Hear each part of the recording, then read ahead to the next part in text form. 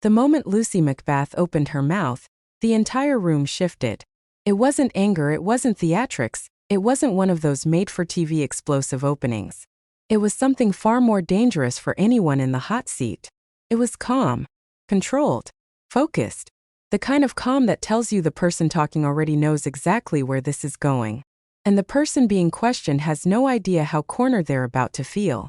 Because it all started with a simple question, one so basic, so obvious, that answering it should have taken less than a second. But that one question became the key that unlocked everything the public wasn't seeing. And within moments, Patel found himself trapped in a conversation he thought he could control, only to realize he walked into a debate he wasn't prepared for. And her husband were assassinated earlier this year. Clark and Charlie Kirk was murdered last week. Bomb threats have been made against HBCUs and the DNC, and just the list goes on and on. I only have just a few minutes today, so I don't want to take a lot of time to go into all the countless and devastating violent crimes and incidents that have happened at our schools or on our streets and in our communities that have just been happening all year long. Mr. Patel, just yes or no, is this type of political violence ever acceptable in your eyes? No. I'm glad that we agree that these heinous acts designed to instill fear and division in our nation are never, ever acceptable, yet each of these incidents has recently taken place under your watch. The FBI's website states that protecting the United States from terrorist acts is the FBI's #1 priority, including from domestic terrorists. Is this still your #1 priority? Domestic terrorism? Preventing domestic terrorism. Our #1 priorities are protecting the homeland and international terrorism and crushing violent crime, and domestic terrorism sort of interlays between both of those. Okay, so well, then I'm glad that you're giving us the right answer, but unfortunately, your actions kind of tell a different story. Earlier this year, you granted the ranks of the FBI's Domestic Terrorism Operations Section. This is the section of the FBI that is most directly responsible for addressing political violence in our country by preventing attacks from occurring and effectively responding to them if they do. The agents in this section are the ones who stopped an individual stockpiling weapons, who planned to attack schools and churches in Florida and seized bombs made by an ISIS sympathizer in New Orleans. And instead of ensuring that this section has all the resources that it needs at a time when its mission is critical, you fired its decorated veteran FBI agents who have served their country proudly under Republican and both Democratic presidents, and you scrapped the tools that they developed to fight domestic terrorism, including the National Domestic Terrorism Incident Database. I mean, most of that is just not true. We have 1,700 current DT-managed programs. We're up 300% in the amount of cases we brought against nihilistic, violent extremists, including 764, wishing to harm our children. The FBI and the men and women are getting after that problem set more than ever because I've unleashed them to do so. And any insinuation that these tragic occurrences across the country are somehow singularly my fault or disgusting because that watershed goes Mr. down to the Patel, men I'm and going to women at the reclaim my FBI, time. Mr. Patel, and they I'm are gonna not reclaim my time. responsible Mr. for it. Chairman, I'm I'd happy like to to work enter with a you unanimous to consent- get them what they need. Gentlelady request. controls the time. Unanimous consent request. She'll state a request. Thank you very much. Into the record, an article from Reuters titled FBI Scales Back Staffing, Tracking of Domestic Terrorism, Probes Sources Say. Thank you very much. Without I objection. appreciate that. So, Mr. Patel, and it isn't just the domestic terrorism operations section. Under your watch, agents are fully diverting their attention to these anti-immigrant and city takeover operations, leaving our children vulnerable to dangerous networks of online predators, both domestic and international. You pulled more than 120 FBI agents from their normal duties to operate sobriety checks and conduct traffic stops, exposing the FBI's fleet of unmarked cars and thereby making it harder for the FBI to combat violent criminal gangs, foreign intelligence services, and drug traffickers in the process. That's simply not true. If we were not able to do two things at one time, how would we be Patel, I seizing reclaim record my amounts of time. I reclaim my fentanyl? time. 23,000 Chairman, I'd like to violent enter felons have into been the arrested. Time belongs to the More gentlelady. than twice as many as Consent last Time request. belongs to the gentlelady from Georgia. Thank you very much. And this request basically is It is an article from Reuters which quotes law enforcement officers familiar with agents who once covered child exploitation cases but now focus on immigration child exclusive. Thousands of agents diverted to Trump immigration track down. Mr. Patel, in the short time I have left, your tenure as director of FBI has been somewhat problematic. Americans are left definitely less safe under your watch. You have gutted the FBI's ability to keep safe from domestic terrorism. You have sent FBI agents to conduct traffic stops and round up hardworking immigrants who pose no danger to public safety. People even President Trump referred to as good, long-time workers. Your job is to protect and serve the American public. Time to the You have gentlelady. spent your time protecting heinous individuals and using the FBI to serve as a political circus. You at times have appeared unequipped. Time and of this the country gentlelady has deserves better, and I expired. yield. Gentlelady yields May I back. respond? Sure can. Simply put, what is it? Are we failing? If we're failing, how are we arresting 23,000 violent felons? Twice as many as this time last year. Are we failing? Because if we're failing, how are we seizing 1,500 kilograms of meth, 25% increase from last year? Are we failing? Because we captured 4 top 10 FBI most wanted from around the world in 7 months. That's more than the entirety of the last administration. Are we failing? Because we put 1,500 child predators in prison. Are we failing? Because we dismantled 300 human trafficking networks. Which is it? You don't like me, that's fine. But don't you dare disparage the men and women of the FBI that are producing record results in historic fashion to protect this country.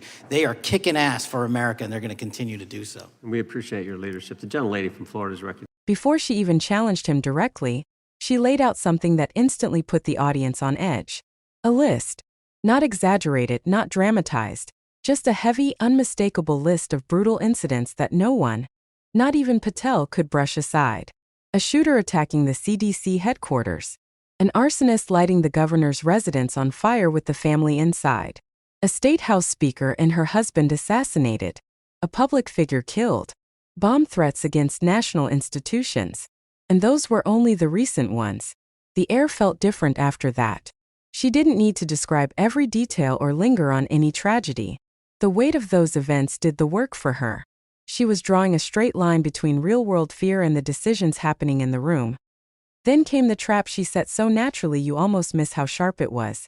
She asked Patel the most obvious question imaginable. Is political violence ever acceptable in your eyes? The answer was automatic. Of course he said no. How could he not? But the brilliance of that question was never about the answer. The brilliance was that it locked him in. Because once he agreed that this kind of violence is unacceptable, her next moves exposed the uncomfortable contradiction between what he says and what she says he's actually doing. She wasn't improvising. This was strategy. And Patel didn't see it coming. The moment he agreed, she flipped the conversation toward the FBI's own mission. Their website states clearly that preventing acts of terror, domestic or international, is its top priority. That's not her opinion, that's the agency's own claim. And yet, she says everything he's done contradicts that priority. She reminded him, the public, and the entire panel that every one of those high-profile attacks she listed happened under his leadership. It wasn't a personal attack, it was a timeline, a pattern, cause and effect. If preventing domestic terror is truly top priority, then why does the picture look like this? She didn't leave that question floating in the air. She immediately pointed to the one decision she says changed everything. The scaling back of the FBI's domestic terrorism operations section. This is the team that stops potential attackers before they move. The unit that uncovers stockpiles, intercepts planned attacks, identifies extremist ideology before it becomes something irreversible. These are the people who, according to her, stopped a heavily armed individual planning to attack schools and churches in Florida, who seized bombs made by a self-declared extremist in New Orleans. These are not minor responsibilities. These are the front lines. But instead of bolstering that team during a moment of escalating political threat, she accused Patel of doing the opposite, firing decorated agents, draining the team of experienced leadership, and even scrapping tools that were specifically built to track domestic terror incidents. When she entered the Reuters reporting into the record, she was signaling to the room and the audience that this wasn't just her take. According to her, people inside law enforcement were already sounding the alarm. That outside confirmation made her argument stronger. Her timeline wasn't simply opinion, It was supported by the voices of people familiar with the inside. Patel tried to respond by insisting none of what she claimed was true. He launched into numbers: 1,700 programs, increased case counts, more arrests, hundreds of investigations. But the energy behind his voice wasn't steady. It wasn't calm. It was defensive, loud. It sounded less like someone explaining a plan, and more like someone trying to flood the room with statistics, so no one could follow the thread she was pulling. You could feel the tension building as he talked, because he wasn't addressing what she had actually accused him of.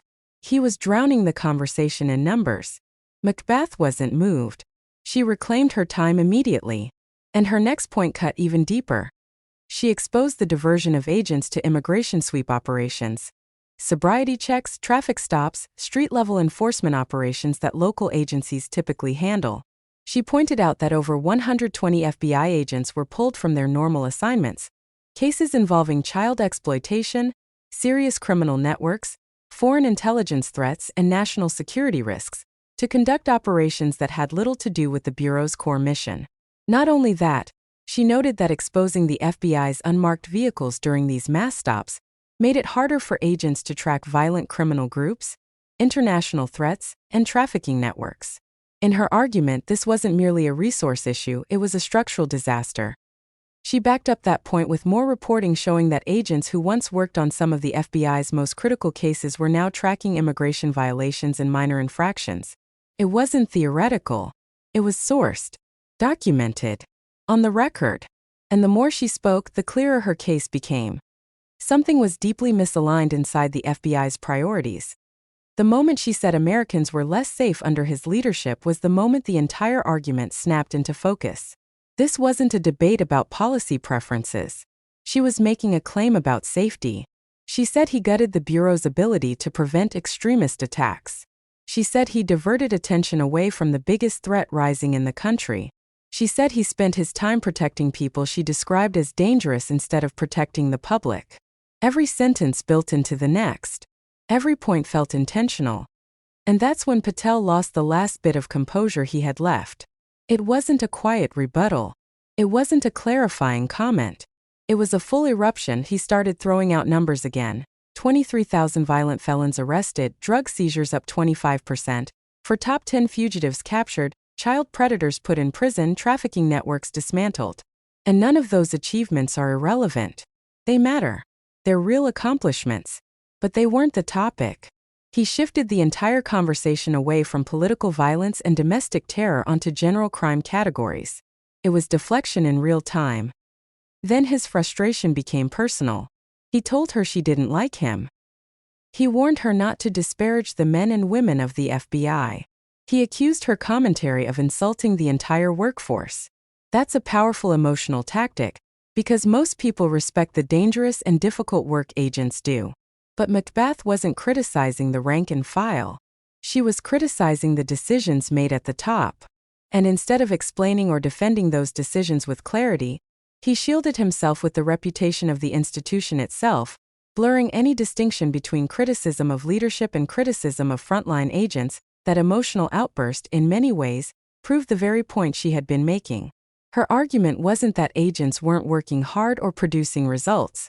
Her argument was that despite their efforts, leadership was misdirecting them, shifting resources away from the most urgent threats, reassigning agents to operations that undermined core capabilities, making choices that made the country less prepared for emerging threats.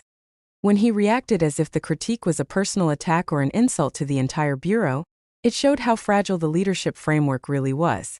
It showed how criticism hits when accountability is overdue. And it showed how quickly a leader can pivot to emotional defense instead of strategic clarity. What makes this exchange so revealing is how differently both sides framed the same question. McBath separated the FBI's frontline agents from the decisions made by the person at the top. Patel fused them together so tightly that any critique of his choices became, in his view, an attack on the entire organization. That difference is everything. Because if questioning leadership is treated as an insult to the whole agency, then accountability becomes impossible. And when accountability disappears, threats grow, blind spots widen, and political pressure quietly shapes priorities that were never meant to be political. What viewers often miss in these hearings is the structure behind the conflict. McBath wasn't trying to embarrass Patel or spark a viral moment, though it ended up becoming one. She was trying to ask the public a harder question. What does safety look like when the systems designed to protect it are pulled off course? Is a high arrest count enough to say the system is working? Or does the real measurement lie in preventing the worst tragedies before they happen? That's what domestic terror work is. Prevention, early detection, long-term monitoring, specialized threat analysis. None of those things make headlines. None create flashy arrest numbers. But all of them stop attacks before the public ever knows how close danger came. Her point was that arrests alone don't prove priorities are aligned with reality. You can arrest thousands of people and still miss the threat growing under your feet. You can fill spreadsheets with numbers and still fail the mission you claim is at the top of the list. And if leadership refuses to acknowledge that certain decisions weaken the ability to prevent these attacks, then the consequences aren't theoretical, they're inevitable. What this confrontation exposed was something larger than the two people speaking. It revealed how political incentives, internal restructuring, and leadership choices can reshape the direction of agencies without the public fully understanding what changed. It revealed how easily priorities can shift without explanation. And it revealed how quickly a leader can react defensively when those decisions are dragged into the light. In the end, McBath's calm, methodical breakdown contrasted sharply with Patel's rising defensiveness. She laid out a timeline. He recited statistics. She focused on structure. He focused on volume.